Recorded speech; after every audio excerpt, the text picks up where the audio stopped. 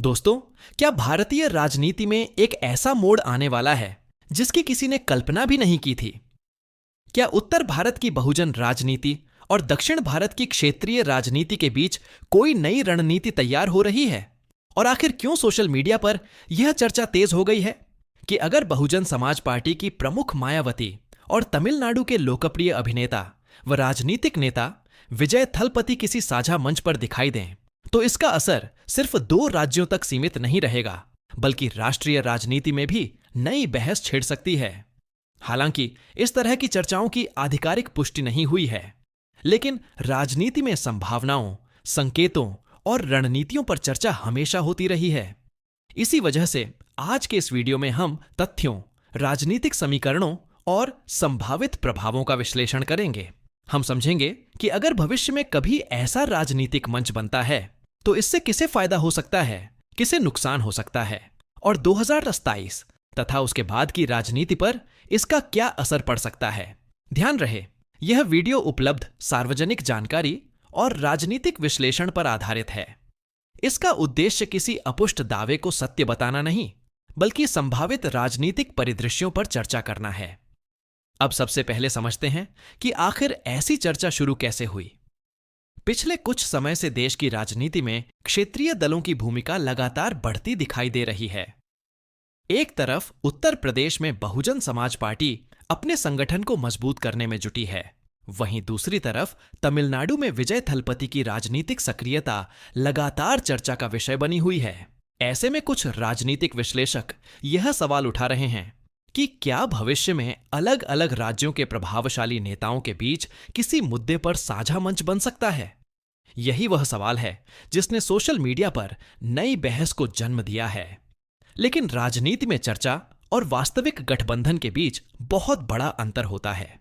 इसलिए आगे बढ़ने से पहले यह समझना जरूरी है कि अब तक ऐसी किसी संयुक्त महारैली की आधिकारिक घोषणा किसी भी पक्ष की ओर से नहीं की गई है। अब आइए विस्तार से समझते हैं कि यदि भविष्य में ऐसा कोई राजनीतिक मंच बनता है तो उसके पीछे कौन कौन से कारण हो सकते हैं, किन सामाजिक और राजनीतिक समीकरणों पर इसका असर पड़ सकता है और देश की राजनीति किस दिशा में आगे बढ़ सकती है। सबसे पहले यह समझना जरूरी है कि किसी भी बड़े राजनीतिक मंच या संभावित गठबंधन की सफलता केवल नेताओं की लोकप्रियता से तय नहीं होती, बल्कि उसके पीछे संगठन, विचारधारा, चुनावी रणनीति और जनता के बीच स्वीकार्यता जैसी कई महत्वपूर्ण बातें होती हैं। यही कारण है कि जब भी देश में 2 बड़े नेताओं के एक मंच पर आने की चर्चा होती है तो राजनीतिक गलियारों में हलचल बढ़ जाती है। अगर बहुजन समाज पार्टी की बात करें तो पार्टी लंबे समय से अपने संगठन को मजबूत करने, बूथ स्तर तक कार्यकर्ताओं को सक्रिय करने और आगामी चुनावों की तैयारी में जुटी हुई है। दूसरी ओर विजय थलपति ने अपनी राजनीतिक यात्रा की शुरुआत ऐसे समय में की है जब दक्षिण भारत की राजनीति में भी नए विकल्पों को लेकर चर्चा लगातार बढ़ रही है।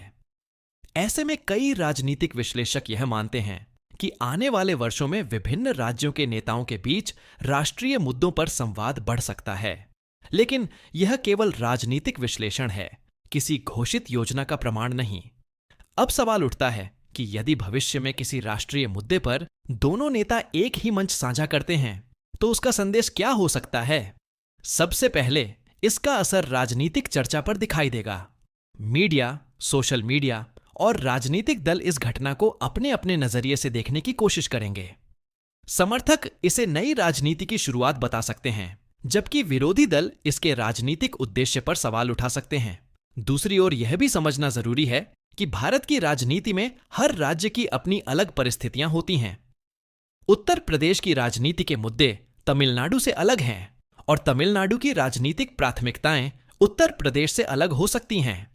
इसलिए किसी भी संभावित राष्ट्रीय मंच के लिए साझा एजेंडा तैयार करना आसान नहीं होता। यही वजह है कि केवल चर्चाओं के आधार पर किसी बड़े राजनीतिक निष्कर्ष पर पहुंचना उचित नहीं माना जा सकता। राजनीतिक विशेषज्ञ अक्सर कहते हैं कि चुनावी राजनीति में सबसे बड़ी ताकत संगठन होता है। किसी भी नेता की लोकप्रियता तब अधिक प्रभावी होती है जब उसके साथ मजबूत कार्यकर्ता, नेटवर्क, स्पष्ट रणनीति और जमीनी स्तर पर सक्रिय टीम मौजूद हो। इसी कारण किसी भी संभावित राजनीतिक सहयोग का आकलन करते समय केवल चेहरों को नहीं बल्कि संगठनात्मक क्षमता को भी ध्यान में रखना पड़ता है। इसी बीच सोशल मीडिया पर कई तरह की खबरें और दावे सामने आते रहते हैं, लेकिन दर्शकों के लिए यह जरूरी है कि वे केवल आधिकारिक घोषणाओं और विश्वसनीय स्रोतों पर ही भरोसा करें। राजनीति में अफवाहें और अटकलें अक्सर तेजी से फैलती हैं, लेकिन हर चर्चा वास्तविकता में नहीं बदलती। अब आगे हम विस्तार से समझेंगे कि यदि भविष्य में किसी राष्ट्रीय मुद्दे पर अलग अलग राज्यों के प्रभावशाली नेता एक मंच पर दिखाई देते हैं, तो इसका चुनावी रणनीति, क्षेत्रीय दलों की भूमिका और राष्ट्रीय राजनीति के समीकरणों पर क्या संभावित प्रभाव पड़ सकता है। अब यहां सबसे महत्वपूर्ण प्रश्न यह है कि आखिर ऐसी संभावित राजनीतिक चर्चाओं का चुनावी माहौल पर कितना असर पड़ सकता है। भारत जैसे विशाल लोकतंत्र में किसी भी बड़े नेता का बयान, रैली या साझा मंच केवल एक राजनीतिक कार्यक्रम नहीं होता, बल्कि वह जनता के बीच एक संदेश भी लेकर जाता है। यही कारण है कि राजनीतिक दल हर कदम सोच समझकर उठाते हैं। यदि भविष्य में कभी किसी राष्ट्रीय मुद्दे पर मायावती और विजय थलपति जैसे नेता एक सार्वजनिक कार्यक्रम में दिखाई देते हैं, तो सबसे पहले मीडिया की निगाहें उसी कार्यक्रम पर टिक जाएंगी। इसके बाद राजनीतिक विश्लेषक यह जानने की कोशिश करेंगे कि क्या यह केवल एक औपचारिक मंच है या इसके पीछे कोई बड़ा राजनीतिक उद्देश्य छिपा है। लेकिन जब तक किसी प्रकार की आधिकारिक घोषणा या संयुक्त रणनीति सामने नहीं आती, तब तक किसी भी निष्कर्ष पर पहुंचना जल्दबाजी होगी।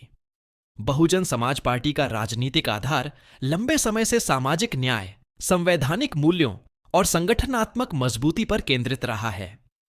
पार्टी समय समय पर अपने कार्यकर्ताओं के माध्यम से जनता के बीच पहुंच बढ़ाने की कोशिश करती रही है।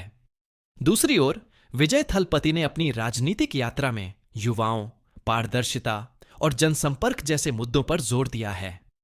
दोनों नेताओं की राजनीतिक पृष्ठभूमि अलग अलग राज्यों और अलग परिस्थितियों से जुड़ी है, इसलिए किसी भी संभावित सहयोग की चर्चा केवल विश्लेषण के दायरे में ही देखी जानी चाहिए। राजनीति में यह भी देखा गया है कि कई बार अलग अलग राज्यों के नेता किसी साझा राष्ट्रीय विषय जैसे शिक्षा, रोजगार, संविधान, संघीय ढांचे या सामाजिक न्याय पर एक मंच साझा कर सकते हैं। इसका अर्थ यह नहीं होता कि उनके बीच चुनावी गठबंधन भी हो गया है। इसलिए जनता को राजनीतिक कार्यक्रमों और चुनावी समझौतों के बीच का अंतर समझना चाहिए। यदि कभी भविष्य में ऐसा कोई मंच बनता है, तो उसका सबसे बड़ा प्रभाव राजनीतिक विमर्श पर पड़ सकता है। समर्थक इसे नए संवाद की शुरुआत मान सकते हैं, जबकि विरोधी दल इसे चुनावी रणनीति के रूप में प्रस्तुत कर सकते हैं।